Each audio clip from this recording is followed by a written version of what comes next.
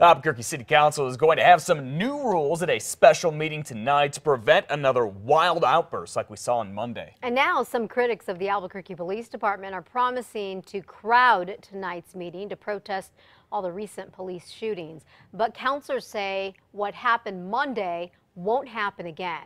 Council President Ken Sanchez had to call Monday's meeting off when protesters basically took over the chambers.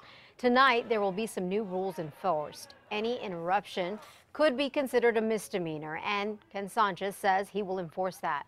The council will also be kicking people out if they are warned 3 times about their actions.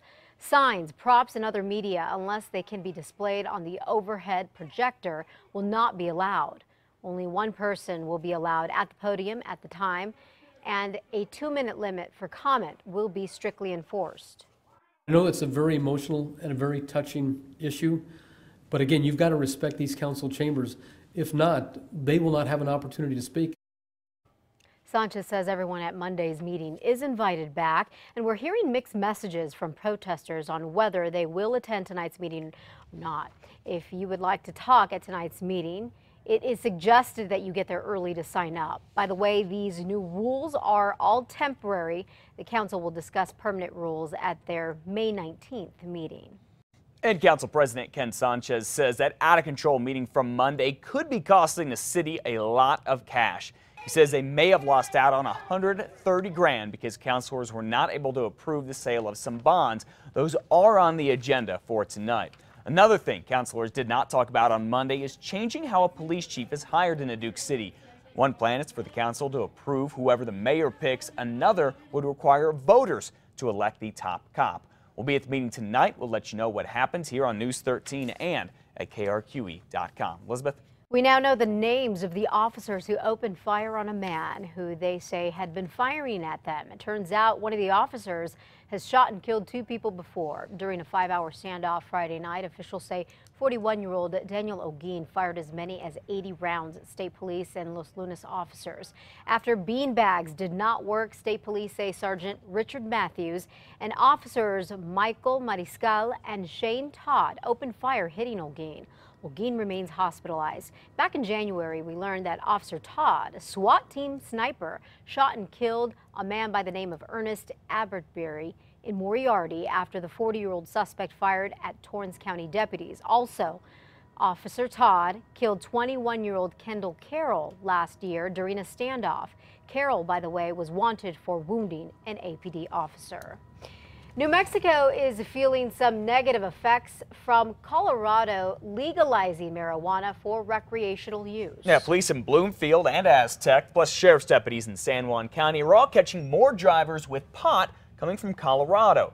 They're either carrying a large amount to be distributed here in New Mexico, or they're getting nailed with smaller amounts for personal use.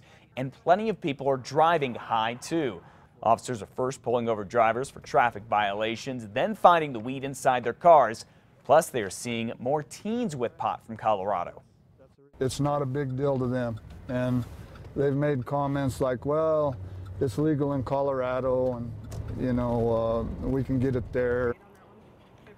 Now, to see specifically how the new laws are affecting the departments in the Four Corners area, and to hear about a 10-pound pot bust, tune in tonight at 9 o'clock on 2 Casa or head to our website anytime at KRQE.com.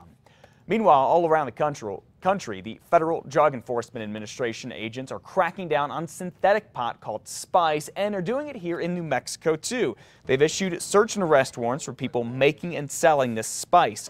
The feds say the millions being made off these synthetic drugs have been traced to Yemen, Syria, Lebanon, and Jordan.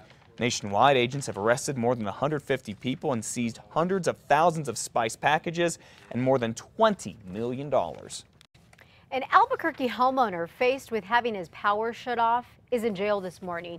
He's accused of attacking the PNM worker who was sent to do it. According to a criminal complaint, when the PNM worker showed up to shut off Adrian Chacon's electricity, Chacon apparently sicked his pit bull on her. The complaint says that the worker picked up a rock to defend herself when Chacon threatened to shoot her. The complaint goes on to say that Chacon went back inside the home to grab a rifle and then pointed it at her. One neighbor couldn't believe what went down. I think that's bad because, I mean, if you own your bill, why not pay it? A relative who lives at the home says there is a beware of dog sign and says that Chacon did not sick the dog on the worker. Deputies say Chacon admitted having a rifle but denies ever pointing it at the P&M worker.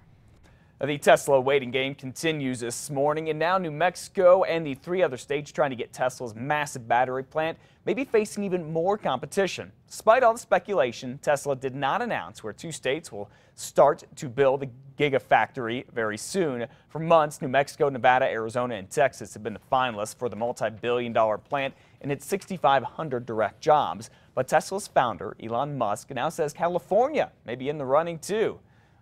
Well, veterans and members of the National Guard and Reserve, if you're looking for work, some businesses are hosting a job fair with you in mind today. The New Mexico Veterans Business Expo and Job Fair is from 8 this morning to 4 in the afternoon at the Albuquerque Convention Center. It also gives veterans who own small businesses a chance to network with other businesses. Well, a new Sears outlet is opening its doors this morning near Coors and Paseo del Norte. The store will sell both new and used stuff at a good discount. We're talking everything from clothes, appliances, even tools. Some things are damaged and refurbished and will be up to 60% off. More jobs are coming to the metro area this week. The Bernalillo County Commission gave the green light to 2 projects that will create 180 new jobs. A $200,000 grant will go to Canon Information Technology Services to help them open up a customer service center. It will eventually employ about 150 people. Also approved tax breaks for Roger Plumbing and Heating. That will help the company expand and add another 37 jobs over the next 2 years.